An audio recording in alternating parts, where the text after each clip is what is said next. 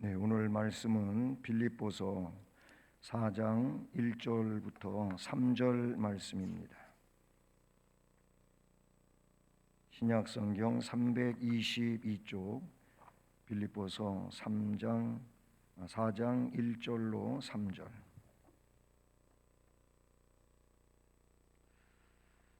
말씀을 함께 봉독하며 봤습니다. 그러므로 나의 사랑하고 사모하는 형제들, 나의 기쁨이요 면류가 아닌 사랑하는 자들아, 이와 같이 주 안에 서라. 내가 유오디아를 권하고 순두개를 권하노니 주 안에서 같은 마음을 품으라. 또 참으로 나의 몽해를 같이 한 내게 구하노니 복음에 나와 함께 힘쓰던 저 여인들을 돕고 또한 글레멘드와 그 외에 나의 동역자들을 도우라. 그 이름들이 생명책에 있느니라. 아멘. 할렐루야.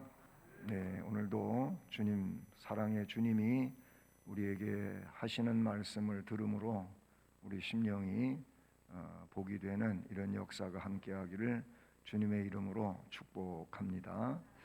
아멘. 예, 오늘 그 말씀 마지막에 보면 그 이름들이 생명책에 있느니라 라는 말씀이 나옵니다. 요한계시록에 보면 두 가지의 책이 있다고 나오지요. 하나의 책은 오늘 말씀에 있는 것처럼 생명책이 나오고, 그 다음에 또 하나는 그냥 책들이라고 되어 있습니다. 여기 책들이라는데 기록된 사람은 멸망할 사람들이고, 생명책에 기록된 사람들은 구원받은 영생의 백성들이라고 하는 것을 알 수가 있죠. 요한복음 5장에도 바로 이 생명책에 기록된 사람들은 생명의 부활로 영생에 나아가지만, 책들에 기록된 자들은 심판의 부활로 영벌에 나아간다라고 그렇게 우리에게 주께서 알려주고 있는 것을 보지요. 예, 생명책에 이름이 기록되는 것 굉장히 중요하죠. 구약의 모세 같은 경우를 보면 이스라엘 백성들이 하나님 앞에 원망하고 불평하고 범죄해서 모세가 하나님 말씀 순종해라, 하나님 말씀대로 해야 된다라고 했어요. 그런데도 완강하게 모세에게 돌을 던질 것 같이 그런 격한 모습으로 모세를 대항하고자 할 때 하나님이 진노하셔가지고 이들이 하나님의 진노 중에 죽게 되지요. 막 죽어가요. 그때 모세는 그래도 어떻게 합니까? 이 백성들 입장에 서서 하나님, 이들을 용서해 주십시오. 그냥 애굽에서 끌어내 가지고 광야에서 다 죽이시면 어떻게 합니까?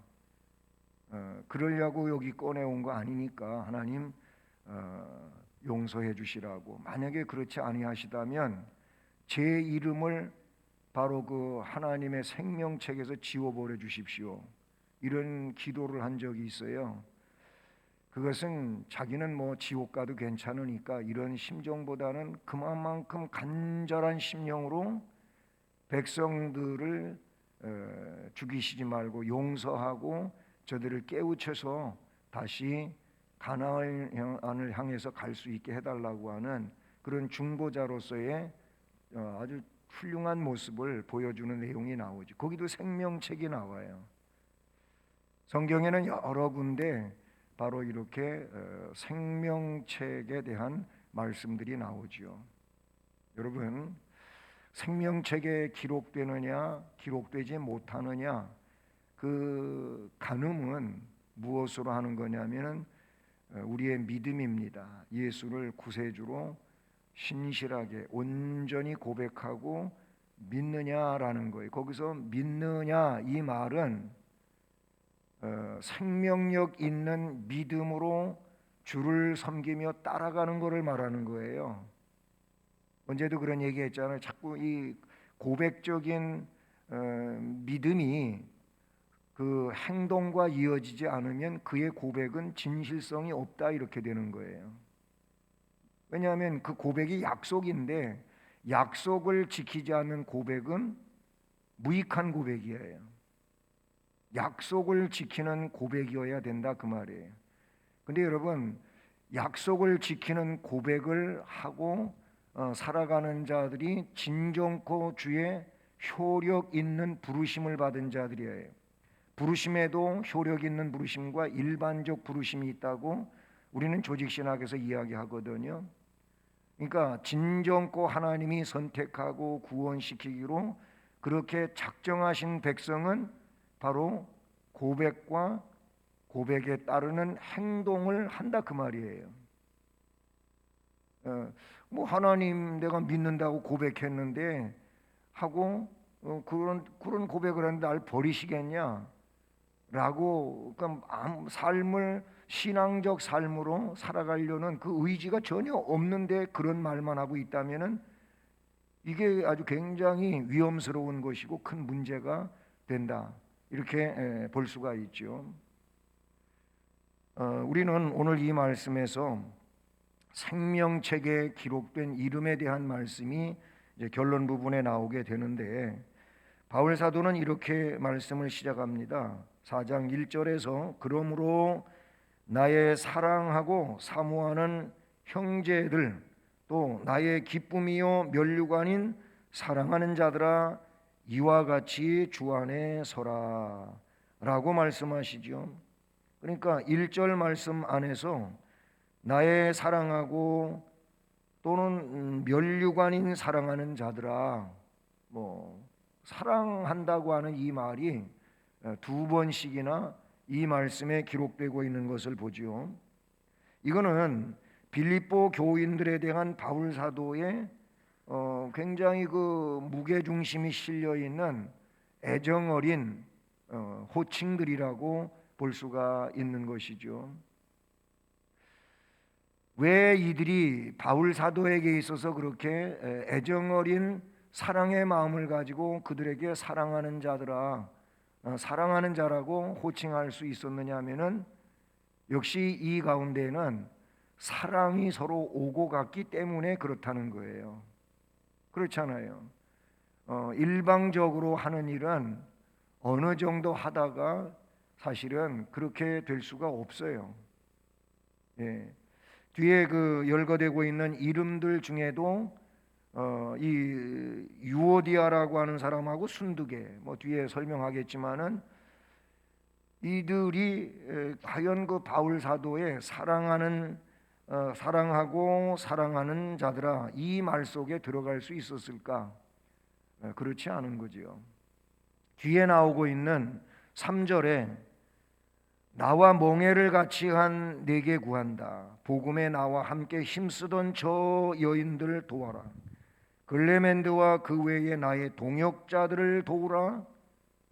그들의 이름이 생명책에 있다 라고 말씀하는데 바로 그와 같은 이들을 향하여 나의 사랑하고 사랑하는 자들이라고 표현했을 것입니다. 결과적으로 주님도 그런 말씀을 하셨어요. 나를 사랑하는 자가 나의 사랑을 입는 자라고 말했어요. 주님을 사랑해야 돼 우리가. 그것이 신앙이고 그것이 말씀에 대한 순종이라고도 볼 수가 있는 것이죠. 예. 나를 사랑한다고 한다면 내 계명도 지키는 것이라 그랬고 내 계명을 지키는 것이 나를 사랑하는 것이라고 주님이 그렇게 말씀하셨잖아요. 이 말씀의 내용을 우리가 가볍게 여겨서는 안 되는 겁니다. 내가 지금 주님을 사랑하는가? 그 사랑하는 내용이 뭐라고요? 계명을 지키는 거예요. 주의 말씀을 따르는 거예요. 나를 사랑한다고 하면서도 계명을 지키지 않는 자는 나를 사랑하는 게 아니다 라고 주께서 말씀하신 것을 우리가 잘 생각을 해야 될 것입니다. 그러면서 4장 1절 말미에 뭐라고 권면을 합니까? 주 안에 서라. 라고 말씀을 하고 있잖아요. 자, 오늘 말씀 제목은 생명책. 이 생명책은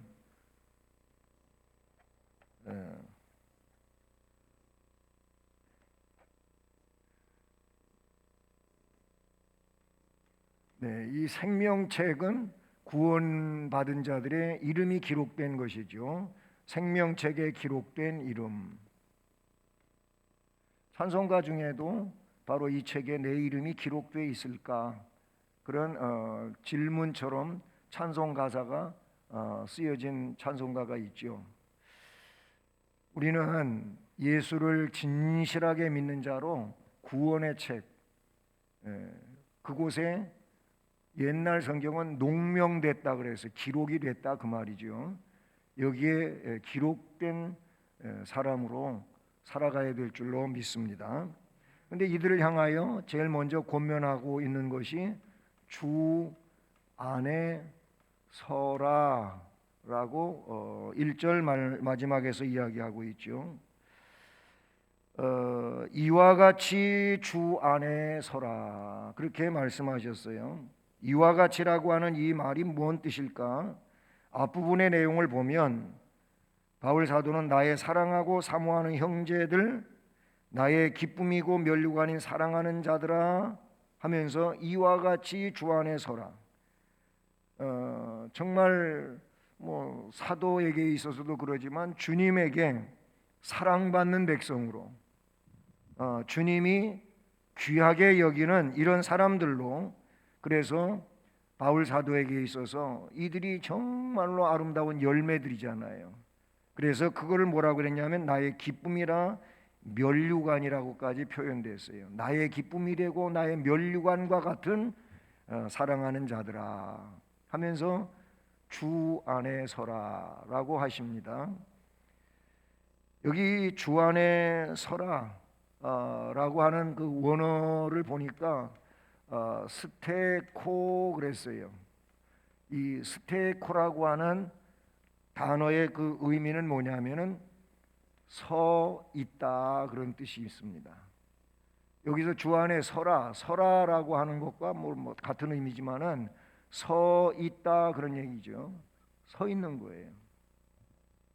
이거를 우리는 쉽게 이렇게 생각해 볼 수가 있어요. 우리가 신앙생활을 모두가 한다고 하는 사람들로서 서 있는 자인가, 아니면 그보다 조금 못하면은 주저앉아 있는 자인가, 그보다 더 안 좋은 상황이라면은 그냥 넘어져 있는가, 한번 이걸 생각을 해보자 이거예요. 이거는 연령과 상관이 없어요. 이거는 영적인 상황이기 때문에 연세와 상관이 없어요. 나같이 이렇게 나이 많은 사람이 걸어 다니기도 어려운데 뭐 서 있는 얘기를 하냐고. 나는 오래 서 있을 수도 없는데, 그런 얘기가 아니에요. 이건 영적인 상황이다 그 말이에요. 영적으로 서 있느냐 이거예요. 서 있으라고 지금 말하고 있는 거예요. 주 안에 서라고 말씀하고 있는 거예요. 여러분, 이 바울 시대에도 그렇고 뭐 중세도 그렇고 오늘도 그렇고 미래 세대도 그렇고요, 신앙생활을 하는 사람들 가운데 서 있는 자가 많지를 않다는 거예요. 서 있어야 돼요. 이 서 있다고 하는 것은 건물로 볼 때에는 견고한 건물을 이야기한다 그렇게 볼 수가 있어요. 견고한 건물, 무너지지 않는 거예요. 예수님은 이거를 마태복음 5장, 6장, 7장 산상수훈을 다 말씀하시고 바로 그 7장, 마태복음 7장 24절 이하에서 무너지는 집하고 무너지지 않는 집에 대하여 이야기하지요. 거기서 바로 무너지지 않는 집, 나의 이 말을 듣고 행하는 자는 지혜로운 사람 같아서, 주님이 해주신 그 말씀을 듣고 행하는 자들은 지혜로운 사람 같아서 그 집을 반석 위에다가 기초를 놓고 지었다 그 말이에요. 그러나 내 말을 듣고도 행하지 않는 사람들은 어리석은 사람 같아서 그 기초를 모래바닥에다 갖다가 놓고 세웠다 이거예요. 평소에는 몰라요. 그러나 거기에 어떤 표현이 나오냐면은 비가 내리고 바람이 불어 창수가 나게 되면, 큰 물이 흘러가게 되면, 여기서 큰 물은 뭘 말하냐면 시험이 닥쳐올 때를 말하는 거예요. 그런 시험이 닥쳐올 때 그 신앙을 모래 위에다 갖다가 지었다면은 어리석은 사람이 돼가지고 그 신앙의 집은 아예 형체도 알아볼 수 없게 무너져 버리고 마는 거예요. 서 있지를 못해요. 네? 무너지는 거예요, 무너지는 거. 여기 서 있다고 하는 이 스테코라고 하는 단어는 견고한 건물로 어떤 상황에서도 무너지지가 않는 거예요. 그걸 말하는 거예요. 그렇게 주님 안에 서라는 거예요. 여기서 왜 주 안에 서라고 하는 말을 넣었을까요? 효도를 하는 데 있어서도 에베소서 말씀의 6장 1절 이하의 말씀을 보면 거기도 뭐라고 되냐면은 주 안에서 너희 부모에게 순종하라 이런 말이 나와요. 주님 안에서. 성경에 이 주 안에서라고 하는 말이 굉장히 중요한 겁니다. 이 주 안에서라고 하는 것은 주님 뜻대로, 주님 뜻 안에서, 주님이 원하시는 대로 그런 의미를 가지고 있는 거예요. 그러니까 그냥 서는 게 아니고 주님의 뜻을 따라 주님의 원하심대로 서라 그 말이에요. 왜 이런 얘기를 하게 되냐면은 사람이 자기 생각대로, 자기 의지대로, 자기 경험대로, 자기 방식대로 서려고 하거든요. 주님은 그걸 원하시질 않아요. 꼭 자기 방식대로 세워진 사람이 결국은 주님께 도전하는 일이 사실 많이 있어요. 주님의 뜻을 따르질 않아요. 그냥 자기 주장에 세워지는 거예요. 그렇게 되면은 스테코가 아니에요. 주 안에 서는 게 스테코예요. 네?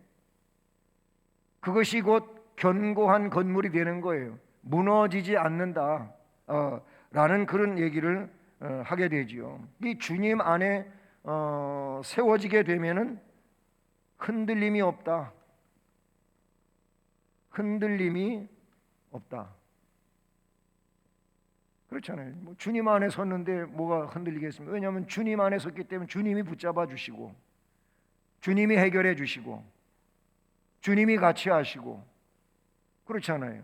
예. 그런 얘기를 그래도 좀 이런 뉘앙스가 나오면 많이들 하게 되는데, 예수를 믿는 것이 내가 주님 손 붙잡는 게 아니라는 거예요. 내가 주님을 붙잡으면 내 힘이 빠지면은 놓칠 수밖에 없어요. 그렇잖아요. 힘이 한정이 돼 있으니까. 그러니까 온전한 신앙은 내가 주님을 붙잡는 게 아니고 주님이 나를 붙드는 거예요. 주님이 나를 붙드는 건데 주 안에 서는 게 주님이 나를 지켜주고 주님이 나를 이끄시고 주님이 나와 함께 하시는 거예요. 이게 주 안에 서는 건데 그런 사람은 흔들림이 없어요. 왜냐하면 주님이 붙잡아 주시고 주님이 책임주시고 그런 거잖아요. 그 다음에 이런 사람들은 주 안에 서게 되면은 말 그대로 여기 견고한 건물이라고 하는 얘기가 나왔지만은 강하게 서는 거예요. 강하게.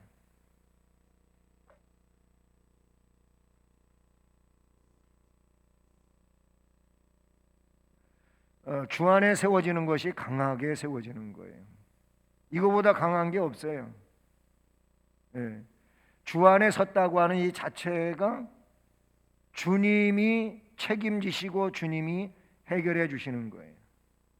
왜냐하면 주 안에 피해 있는데 주님만 의지하고 주님만 바라보는데 그 전능하신 주께서 연약하신 분이 아니잖아요. 주님은 강한 분이잖아요. 그래서 찬송가에도 내 주는 강한 성이요 그랬잖아요. 내 주는 강한 성이요. 우리가 그런 찬송 많이 불렀잖아요. 이 찬송가가 누가 작곡했냐면은 마틴 루터예요. 언제 했느냐? 종교 개혁을 하다가 너무 많이 박해가 있고 어려워요. 그러는 중에 너무 낙심이 돼가지고 좌절해서 야 이거 도대체 못하겠다 하고 포기하려고 하는데 아내가 루터는 결혼했잖아요. 카톨릭 신부는 결혼을 못 하는데 루터는 종교 개혁을 하면서 결혼을 했어요. 아내가 있어요. 근데 이 아내가 까맣게, 우리는 이제 주로 흰 그 상복을 입잖아요. 요즘엔 뭐 까만 상복도 장례식장에서 많이 입지만은 그 전에는 까만 거보다 흰 거를 다 입었어요, 우리나라는. 근데 독일 쪽에, 유럽 쪽에는 상복이 다 까맣게 입었어요. 옛날부터 까만 상복을 입고 들어간 거예요. 그래서 루터가 자기가 이 개혁하느라고 정신 팔고 있는데 누가 죽었는지도 모르고 있었는 걸로 자기가 착각을 하고 자기 아내가 까만 상복을 입고 들어오니까 도대체 누가 돌아가셨길래 상복을 입었느냐 물었어요. 그랬더니 이 아내가 너무 지혜로워 가지고 루터를 다시 세우려고 지금 그렇게 하는 거예요. 당신이 그렇게 믿는 주님이 돌아가셨다 그랬어요. 주님이 돌아가셔서 상복을 입었다 그랬더니 루터가 노발하면서 무슨 주님이 돌아가시냐고. 그래서 그 아내가 말해서 주님이 돌아가시지 않았다면 당신이 그렇게 낙심하고 좌절하고 쓰러져 있을 이가 없지 않냐.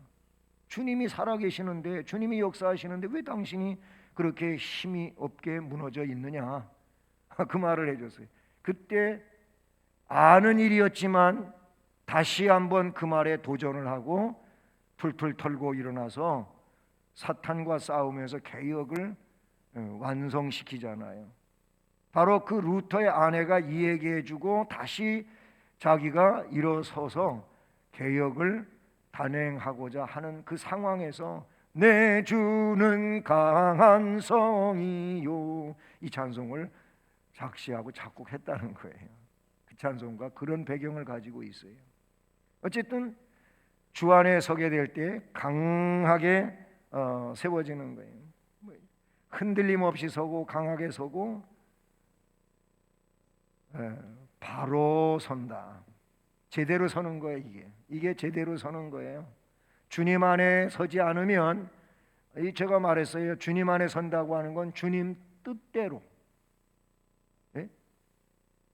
주님 뜻대로라고 하는 것을 전제하고 그 주님 안에서 세워지는 게 맞는 거예요. 근데 주 안에 서지 않으면 뭐라 그래서 내 뜻대로, 내 생각대로, 내 경험대로, 내 판단대로 그렇게 되는 거죠.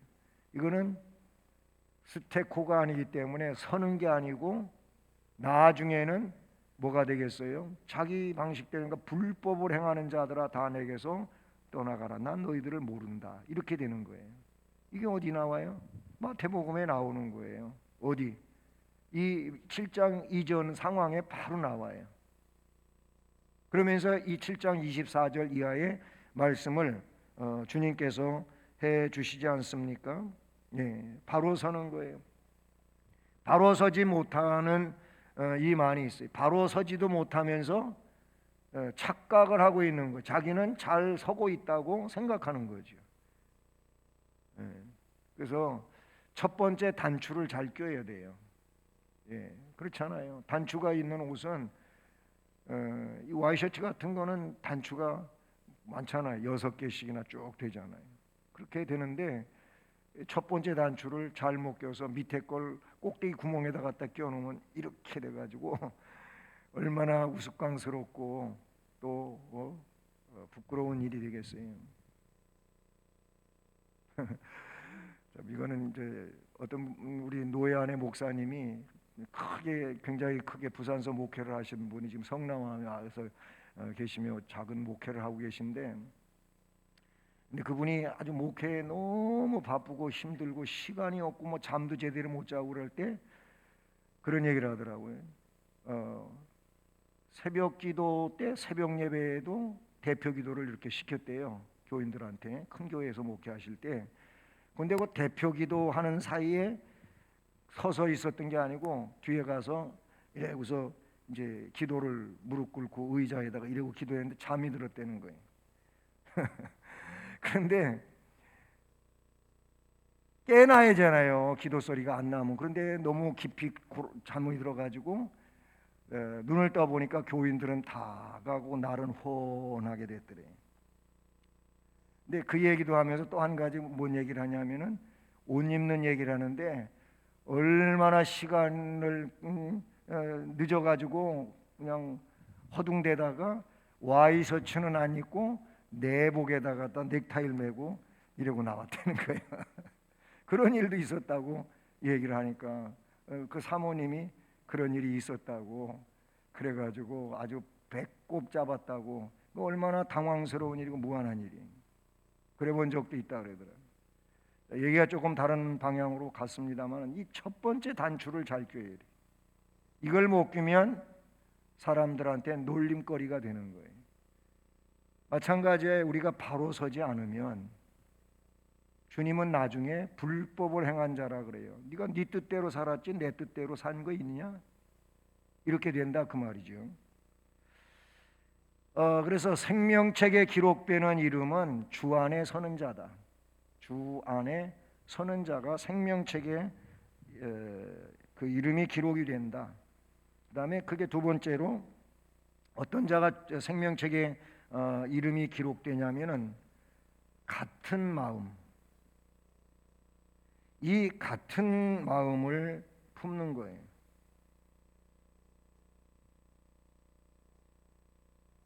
같은 마음을 품으라고 오늘 말씀에 말씀하고 있잖아요. 빌립보 성도들에게 끊임없이 강조하는 것이 빌립보서에 어떤 내용이 나오냐면 같은 거에 대한 거예요. 같은 마음, 같은 사랑, 같은 뜻.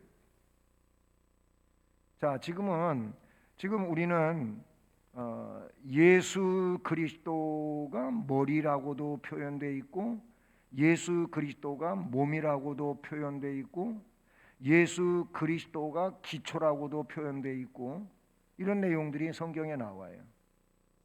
결국 우리는 예수 그리스도라고 하는 분에 의하여 하나가 된 자들이에요.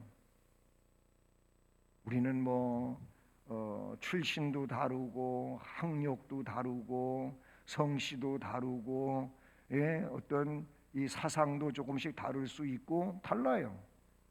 다 달라요. 다르지만 예수 안에서 뭐라고? 같은 마음을 품어야 돼요.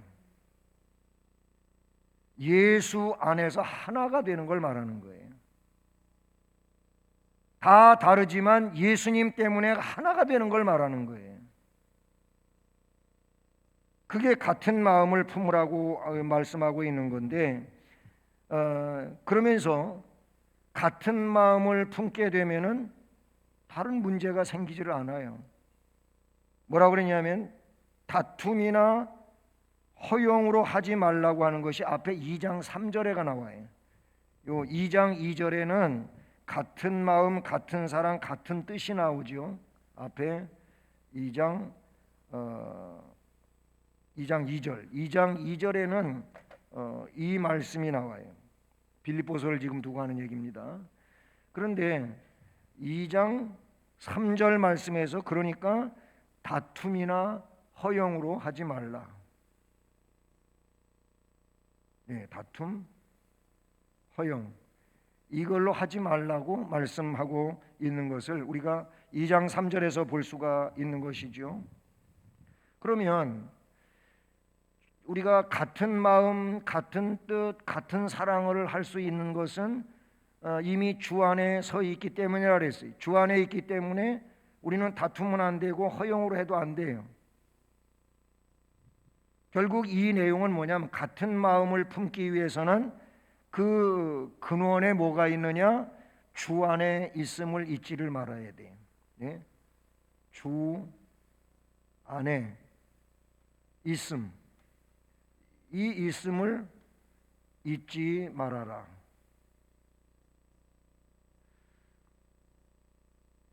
주님 안에 있기 때문에 우리는 같은 마음을 품어야 된다 그 말이죠. 왜냐하면 주님이 나뉘지 않았잖아요. 주님은 한 분이시잖아요. 그래서 바울 사도도 고린도 교회에 대하여 권면을 할 때 뭐라 그랬어요? 고린도 교회가 여러 가지 문제가 있는데 그 중에 하나가 자꾸 분쟁하는 거였어요. 바울파, 아볼로파, 그 다음에 게바, 즉 베드로파, 그리스도파, 뭐 이런 네 가지 형태가 나오죠.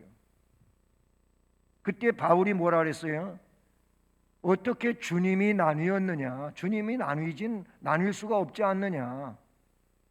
예? 주님을 우리가 모체로 해서 주님을 섬기는 자들로 나는 심었고 아볼로는 물을 준 건데, 심고 물 준 게 뭐가 그렇게 대수냐 이거예요.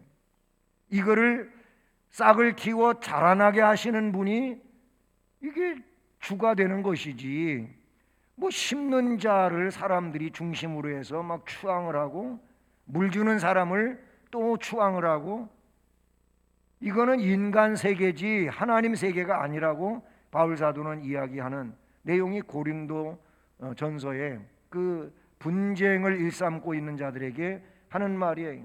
그래서 같은 마음을 품기 위해서 제일 먼저 생각할 것은 주 안에 있음을 잊어버리면 안 되는 거예요. 우리가 주님 안에 있다 이거예요. 예를 들어 여러분은 가정의 부모님이시잖아요. 예? 어머니 아버지시잖아요. 그런데 자녀가 있어요. 자녀가 한 명도 아니고 뭐 2명, 3명, 옛날 분들은 뭐 9명, 10명도 있잖아요. 어쨌든 자녀가 있어요. 자녀가 있는데 이 자녀들이 부모님을 중심으로 해서 뭔가 잘 뭉쳐서 가문을 일으켜 가야 하잖아요. 그런데 자녀들이 부모님이 뭐라고 어떤 원칙을 세우고 그렇게 자녀에게 말씀을 하시는데 부모님에게 아무 의미도 없어, 상관도 없어. 따르려고 하지도 않아. 그리고 이 자녀들 형과 동생이 서로 또 뜻이 같지 않아. 그래갖고 네가 맞니 내가 맞니 하면서 맨날 피 터지게 싸워. 그러면 그 부모님 마음은 어떠실까? 부모님 마음이 평안할 리가 없지요. 참 너무 가슴 아프지요. 성도들이 주님 안에서 하나가 되어야 되는 거예요. 주 안에 있음을 잊어버리고 서로 싸우고 아귀다툼을 하게 되면 주님이 얼마나 가슴 아프시겠어요. 구원의 백성으로 모아놨는데 주님을 중심으로 하여 그렇게 살지 않고 이걸 잊어버리고 막 치고받고 싸우고 맨날 감정적 대립을 갖고 그런다면은 주님이 슬퍼하시고 끝내는 주님이 노하시는 일이 일어날 수밖에 없는 것이지요. 그래서 주 안에서 우리는 뭐가 해야 되냐면 함께 해야 돼요. 함께 하라. 같은 마음을 품는 거는 함께 하는 걸 말하는 거예요. 함께 하는 거. 함께 하기 위해서는 뭐예요? 뜻을 하나로 묶어야 되겠죠. 서로 양보할 수도 있어야 되겠죠. 그리고 배려할 수도 있어야 되겠죠. 그리고 용납함도 있어야 되겠죠. 함께 하는 것은 그런 것이라고 볼 수가 있다라고 봅니다. 자, 생명책에 기록된 이름은 주 안에 서는 것이고 같은 마음을 품는 것이에요. 그 다음에 오늘 말씀 마지막 부분에서 3절에서 여기 말씀에 여기서 누가 나옵니까? 유오디아하고 순두개가 나와요. 유오디아, 순두개가 나오는데 그들에게 뭐라 그러면 주 안에서 같은 마음을 품어라 이렇게 말씀하셨잖아요. 여기 그 유오디아와 순두개라고 하는 이름까지 거명하고 있는 걸 보면은 이 두 사람의 관계는 분명 빌립보 교회에 좋지 않은 영향을 미치고 있는 사람들이 분명해요. 예? 유오디아, 그 다음에 순두개. 이 두 사람의 이름은 거명될 때 안 좋은 이름으로, 왜냐하면 같은 마음을 품지 못하고 있는 거예요. 그래서 주 안에서 같은 마음을 품으라고 권면하고 있음을 볼 수가 있다는 사실이죠. 그리고 나서 이제 세 번째로 교훈으로 주어지는 게 동역자들을 도우라 그랬어요. 동역자.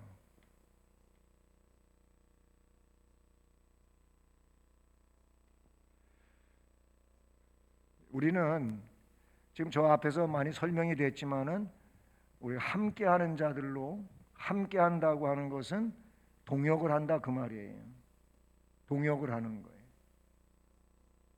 우리 모두가 주님의 거룩한 하나님 나라의 일을 위해서 동역을 하는 거예요. 동역은 함께 일한다. 그런 의미의 내용 아니겠습니까? 예, 함께 일하는 거예요. 우리는 이 바울 사도가 빌립보 교우들에게 더 큰 마음, 더 큰 생각을 품을 수 있는 굉장히 중대한 사실을 주지시키고 있는데 그게 뭐냐? 반목 질시하지 말고 함께 일하라 그 말이에요. 지도자와 함께 일하고 서로 함께 일하고 함께 일하라. 이 내용을 동역자들을 도우라 라고 하는 표현으로 썼거든요. 그러면서 그 문장에 뭐가 나오냐면은 멍에를 같이 한 자라고 나와요. 멍에를 같이 한 자. 이 내용이 나와요. 멍에. 여러분, 멍에를 같이 했다고 하는 것은 함께 멍에를 맨 걸 말하죠. 그런가 하면 함께 일을 한다고 하는 그런 의미로서 이야기하고 있는 거예요. 자, 멍에를 같이 했다고 하는 것은 어디에서 우리가 많이 볼 수 있냐면은 이 옛날 농촌에 겨리소라고 하는 것이 있어요. 겨리소. 그러니까 소 한 마리로 쟁기를 끌게 하는 것이 아니고 쟁기가 있으면 쟁기 끝에 이렇게 두 개의 줄이 있으면 그 둘로 줄이 나뉘어요. 그래가지고 두 마리의 소가 끌고 갈 수 있도록 쟁기를 끌고 갈 수 있도록 한 거가 이 겨리소라고 하는 거예요. 겨리. 두 마리를 한 겨리라고 그러거든요. 그러면 그런 거 뭐 어른들은 보셨잖아요. 시골에서 이 겨리소가 쟁기를 끌고 가는 거. 근데 여러분, 우리가 그 어렸을 적에 운동회를 했잖아요. 저도 운동회 출신이거든요. 운동권 출신이 아니고 운동회 출신인데 초등학교 때 운동회 했어요. 가을 운동회를 했는데 근데 이제 이 운동회를 할 때 부모님과 함께 달리기 프로그램이 어느 학년 어느 반에서 하든지 꼭 있어요. 이게. 예? 부모님과 함께 달리기라는데 그냥 달리는 게 아니고 아이하고 한쪽 다리를 서로 묶는 거예요. 내가 왼쪽 다리 묶었으면 아이는 오른쪽 다리를 여기다 묶었겠죠. 끈으로 묶어가지고 그리고 반환점을 돌아오는 그런 부모님과 함께 달리기가 있어요. 그런데 이게 빨리 못 가더라도 발이 척척 맞으면 여기 까지지도 않고 상처가 나지도 않고 쉽게 잘 갔다가 와요. 근데 서로 마음만 급해가지고 지가 빨리 가려고, 애가 빨리 가든지 아버지가 빨리 가든지 엄마가 빨리 가려고 하면 그냥 100% 넘어지죠. 넘어져. 애는 이쪽 발을 뛸라 그러는데 엄마는 묶은 발을 뛸라 그러면은 이 발은 쟤는 안 뛸라 그러는데 그게 되겠어요? 부모와 아이하고 마음이 얼마나 잘 호흡이 맞는가를 하는 게임이기도 해요. 겨리소가 마찬가지예요. 두 마리가 똑같은 힘을 발휘해서 쟁기를 잘 끌고 갈 때 문제가 안 되지만 한쪽 소가 열심히 가려고 하는데 한쪽 소는 안 가려고 그런다고 생각해 보십시오. 그러면은 농부가 쟁기질을 할 수가 없어요. 네? 멍에를 같이 한 자라고 하는 것은 그런 의미를 가지고 있다 그 말이에요. 멍해를 같이 한 사람이 같이 해야지요. 끝까지 같이 해야죠. 그런데 멍해만 같이 매놓고 일을 같이 안 한다고 생각해 보십시오. 그러면 그 일은 잘 되지도 않을 뿐더러 얼마나 힘들겠느냐 그 말이에요.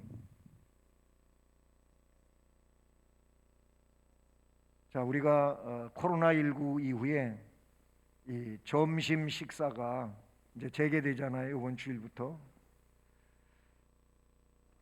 지금 교회 이런 구역 상황, 교구 상황을 보면 옛날 같지가 않아요. 또 어려워졌어요. 어려워졌다고 하는 거는 이제 연세도 많아지시고, 그리고 봉사하는 이 활동에 있어서도 옛날 같지가 않고 이런 상황이 생긴 거지요. 그래서 제가 교구장님들을 벌써 오래전에 소집을 해서 말씀을 드렸어요. 이 상황을 얘기를 했어요. 여러분, 교구 안에 어떤 구역은 정말 감당하기 어려운 구역도 있다. 나이 많으신 어른들로 구성되기도 했고, 또 그 육체의 질병 때문에 아주 괴롭고 힘들어하는 분들도 있고, 뭐 등등 어려운 상황을 이야기를 했어요. 그래서 구역 중심이 아니고, 교구 안에 4개 구역이 있잖아요. 근데 이 구역 중심으로 나눠 놓으면 어떤 구역은 정말 못해요. 그러면은 문제가 될 수밖에 없잖아요. 그래서 제가 구역 중심이 아니고 교구 중심으로 해라 그랬어요. 교구 중심으로 하니까 결국 어려운 구역이 있어요. 구역이 감당하기 어려운 분이 있어요. 거기 뭐 한 분이 할 수 있다든지 아예 전혀 하기 어려운 이런 구역도 생겨날 수 있어요. 그러면 교구에서 서로 여기를 도와야 되지 않냐 이거예요. 그래서 커버가 돼야 되지 않냐 그 말이에요. 그렇게 교구 중심으로다가 이 일을 해나가라 하는 말씀을. 그러면 교구 중심이라 그래가지고 서로 눈치 보면서 누가 하겠지 이래서도 안 되겠지요. 그렇죠? 누가 하겠지 이래서도 안 돼요. 그냥 좀 서로 할 수 있는 분들이 발벗고 나서면 되는 거예요. 예? 누가 하겠지 이게 아닌 거예요. 예? 자, 얘기가 조금 다른 방면으로 간 것 같습니다만은 멍해를 같이 했다고 생각하고, 나도 멍해를 메고 저분도 멍해를 같이 멍해를 맸으니까 멍해를 맨 사람들끼리 열심히 뭉쳐서 하면 되는 거예요. 그리고 일이 잘 될 수밖에 없고, 그 자체가 주님을 섬기는 일로 너무 은혜로운 일이고, 그렇지 않습니까? 이게 또 성도의 모습이고 교회의 모습이고 그런 거란 말이에요. 그러면 은혜롭게 되면 모든 게 다 문제가 안 되고 주님께 영광을 돌릴 수 있는 이런 내용들이 될 수밖에 없다, 그런 얘기죠. 이건 농촌의 결의소를 말하지만 여러분, 옛날 군대 군인들에게도 뭐가 있었냐면 병차가 있었어요. 병차. 마병이라고도 말할 수가 있겠죠.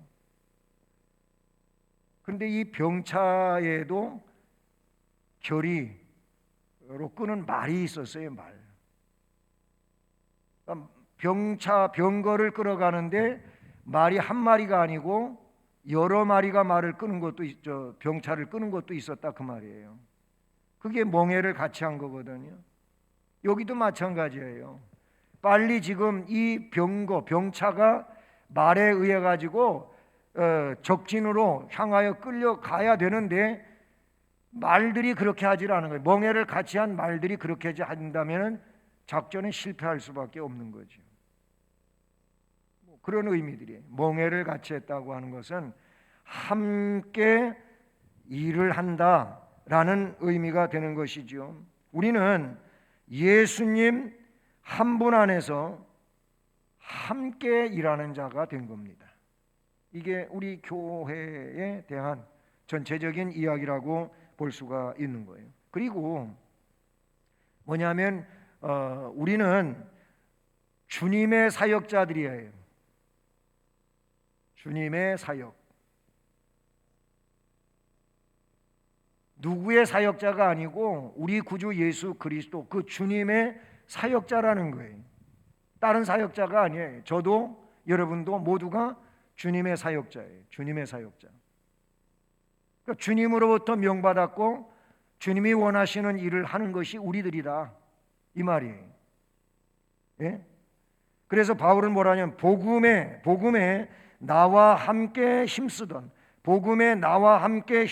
저 부녀들 그들을 돕고 또한 글레멘드와 그 외에 나의 동역자들을 도우라 라고 이야기하고 있어요. 주님의 사역자들이라는 거지요. 그리고 왜 이 동역자들을 서로 도와야 되느냐 하면은 오늘 저 말씀 제목과 같이 그 이름, 그분들의 이름들이 생명책에 있다는 거예요. 네, 생명책에 있으니까 이게 귀중한 거예요.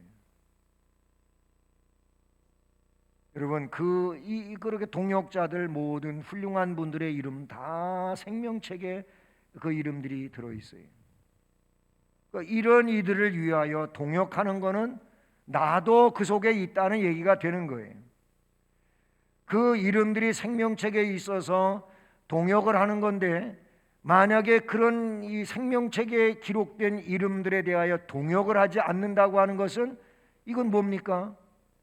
그의 독단이라고 볼 수가 있는 거예요. 이 사람들과 맥을 같이 하는 것이 나도 그 속에 있는 것이지 이 사람들과 맥을 같이 하지 않고 나는 나대로 독단이라고 할 때에는 나는 이 속에 없는 거예요. 이게 분명한 거잖아요.